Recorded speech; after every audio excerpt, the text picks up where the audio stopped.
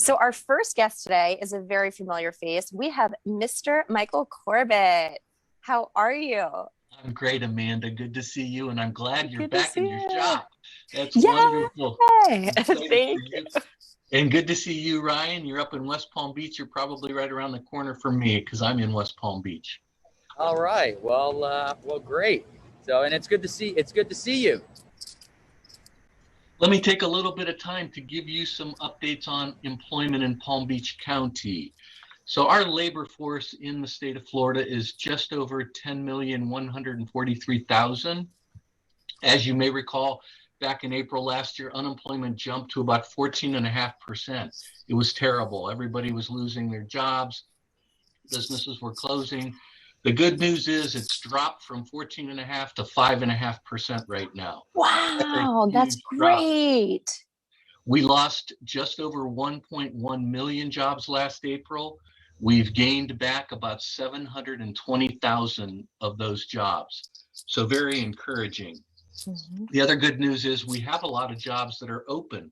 We have almost 600,000 open jobs in the state of Florida. And in Palm Beach County, Wow. we have about 2,600 open jobs.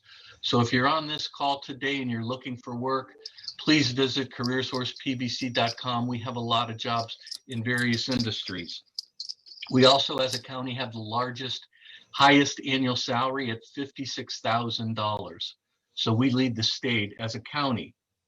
I also thought I would give a little bit of information on reemployment. We all Mhm. heard about how difficult it was to file reemployment through the Connect system. We had to backtrack and do paper claims and all of that. Here's some statistics. The state of Florida had 6.4 million claims of unemployment insurance. The number of claims processed was just about 5.2 million. Claimants paid just about 2.3 million people in the state of Florida. And between the state unemployment number and insurance and then the federal pandemic unemployment insurance that kicked in, about $23 billion has been paid to residents that lost their jobs or were displaced.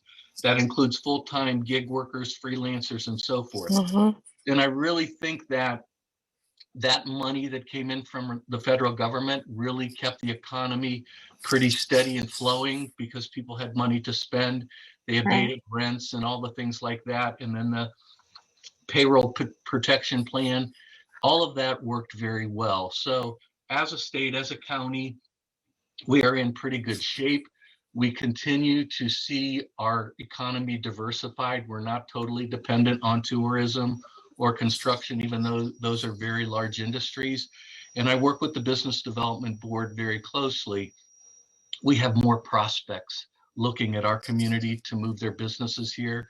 Yep. It is unbelievable. The amount of companies from the Northeast, Hartford, from New York, from Boston, New Jersey, and we're starting to see a trickle effect coming in from California. So this is all positive news for Palm Beach County and Delray Beach, obviously. The other thing I wanted to thank the chamber, as you know, we do a lot of virtual job fairs, and I think that has helped. But the Mhm. collective efforts of all the chambers across the community, the industry organizations, and others have helped people understand that they can virtually log in and apply for a job and chat with hiring managers and eventually get an interview and hired. So thanks, Stephanie. Thank you, Amanda. Thank you, Ryan, as community partners to help make that happen. Well, Michael, thank you for pointing that out. And Thank you. I don't want, to just gloss over some of these numbers. We're talking about one state, and all your numbers were in the millions when talking about people. All your numbers were in the billions when talking about relief funds for people and for business. Millions Mhm. and billions. That's what we're talking about. And we're not talking about national numbers. We're talking about Florida numbers. I really want that, for everyone here, like, to sink in. And Mhm. and I think that's astounding. What you mentioned about the unemployment numbers.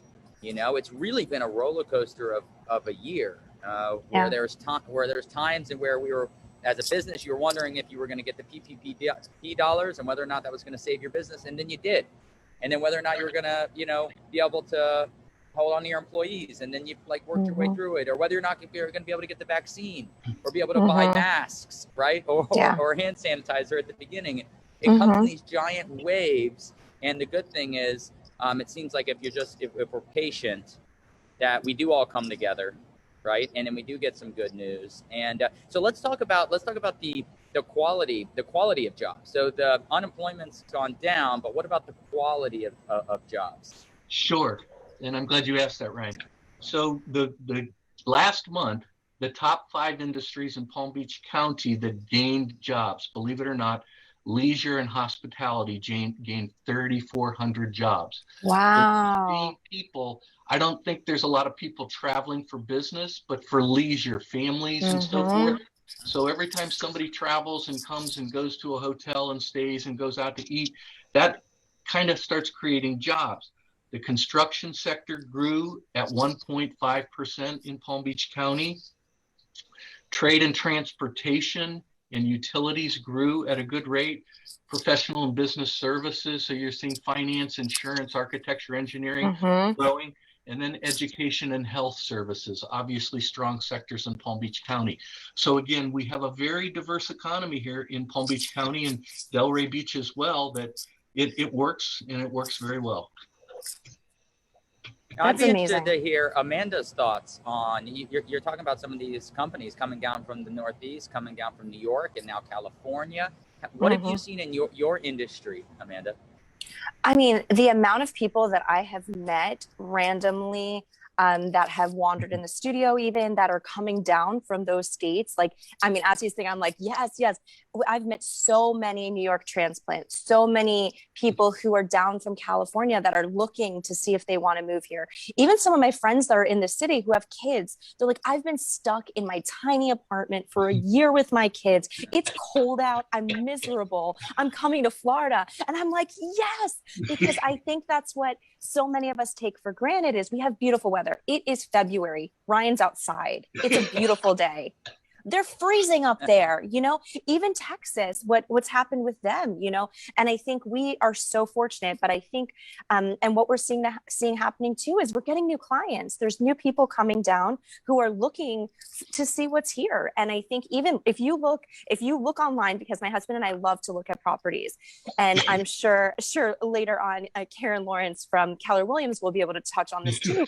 There's no inventory. We're like, what? And I mean, obviously that's a great thing for all of us. If you have a property you're looking to sell, they're coming, guys. See, Michael, that's why I asked Amanda that question, because she hears of all these people moving here, and do you see what she did? She said yes. You know?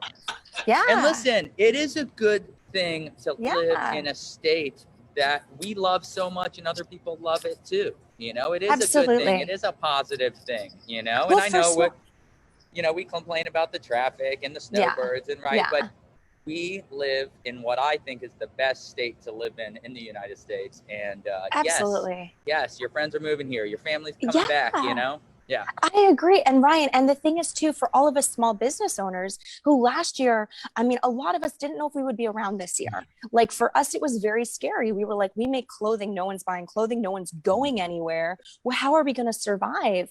And I think, so having people come down and having them go out, like Michael said, to leisurely events, to go and stay at the hotels or walk down Atlantic and go to the restaurants and bars. I mean, obviously socially distanced. I'm very big on that, but it gives us that influx to keep our doors open, our lights on. And for smaller businesses, we don't have billions of dollars in the bank account sitting to back us up. So we need them to come in order for us to be able to keep on moving. So Michael, we know the housing shortage here, the people coming down, they want to move here, they want to live here. Tell us a little bit more about those businesses that are shopping in Delray Beach and Palm Beach County and want to move their businesses here? Yeah, that's a great question. And the interesting thing is it's pretty much any industry, but particularly now we're becoming known as Wall Street South, specifically West Palm Beach, And that moniker, I think, is sticking. I don't go a day without seeing CNBC or CNN or Fox News or somebody talking about the financial firms being attracted to Florida, and specifically South Florida and Palm Beach County. I saw on Monday, the city of Miami brought in a venture capitalist in residence in City Hall at the city of Miami. So what does that say? So they are positioning themselves to help small to medium businesses that are looking to move to their area, their community, and every business needs money of some capacity, right? And they're here because it's an international destination and it's a very business friendly place to start your venture. And if you've got a venture capitalist and you've got hedge funds and private equity funds that are moving here, I mean, you can't ignore the fact that this is happening in Palm Beach County. And that's great for all of us. Absolutely. And Michael, one question I have is how are you seeing things shift? Because like, you know, growing up, everyone, like all my friends' grandparents lived in Florida. So when I moved to the city in New York, everyone's like, oh my gosh, you're going back to Florida. That's where you go to retire. But it's younger people that are coming down, correct? It's not just people who are coming to retire. Like you said, the business owners. Are you seeing a shift in age demographic too? You know what, Amanda, you're absolutely right. We do have an elderly population. We can't ignore that, and that's wonderful. But I read an article in Town and Country magazine. You know what that is, right? They had an article this month about younger people moving to Palm Beach County to relocate their businesses from the Northeast or the Midwest. Town and Country magazine.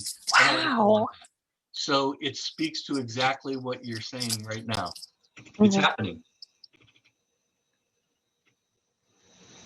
Ryan, you're muted. Thank you. Well, that's really exciting, and to know that it's not just people moving here, but there's jobs moving here. That's how I look at it. You know, there's jobs moving here, and we really need to make sure maybe in the next few weeks, Stephanie and the chamber can line us up with someone from Palm Beach State or from FAU or from our school system to see, you know, what are our plans to take advantage of these jobs and make sure that our youth and our residents are getting these jobs. That's a great idea, Ryan. I like that.